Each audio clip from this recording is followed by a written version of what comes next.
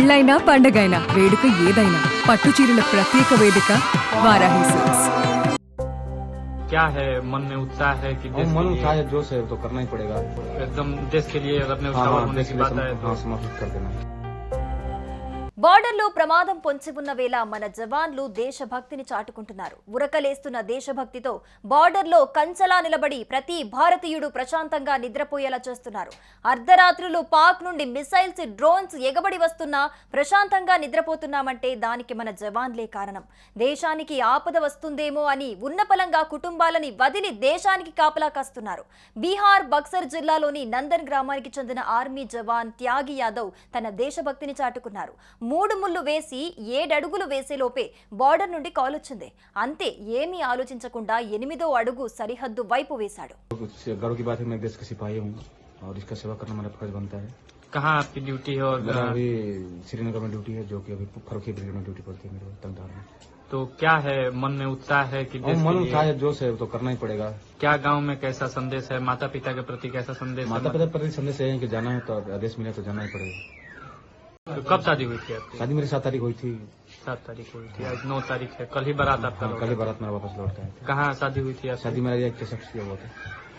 तो एकदम देश के लिए अगर अपने उतावल होने देश की के लिए बात है तो समर्पित कर देना है। कहाँ आप अभी पोस्टेड हैं? श्रीनगर में।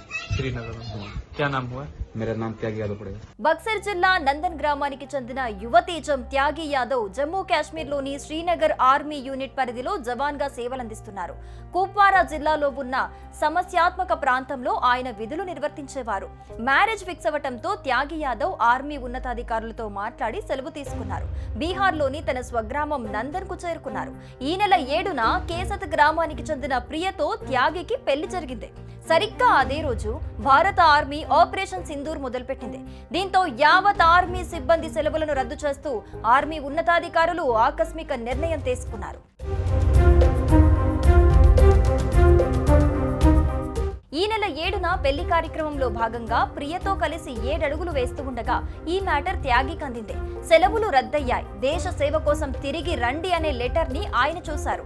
మే 8న త్యాగి యాదవ్ పెళ్లి ఊరేగింపు సొంత ఊరు నందన్ కు చేరుకుంది.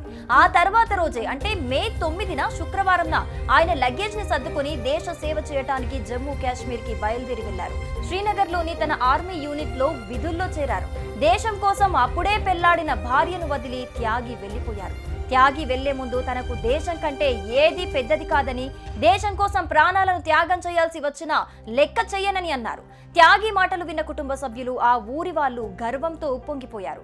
తాను దేశ సైనికుణ్ణి కావటం గర్వకారణం, దేశానికి సేవ చేయటం నా కర్తవ్యం, నా మనసులో ఉత్సాహం ఉంది, శత్రువులతో పోరాడేందుకు ఇదే సరైన టైం, దేశం కోసం ఏదైనా చేయగలను, అవసరమైతే ప్రాణాలను కూడా అర్పిస్తా అంటూ త్యాగి యాదవ్ చెప్పిన మాటలకి ప్రతి ఒక్క భారతీయుడు సెల్యూట్ కొట్టాల్సిందే. మరి త్యాగి యాదవ్ స్టోరీ విన్నాక మీకేమనిపిస్తుందో కమెంట్ చేయండి.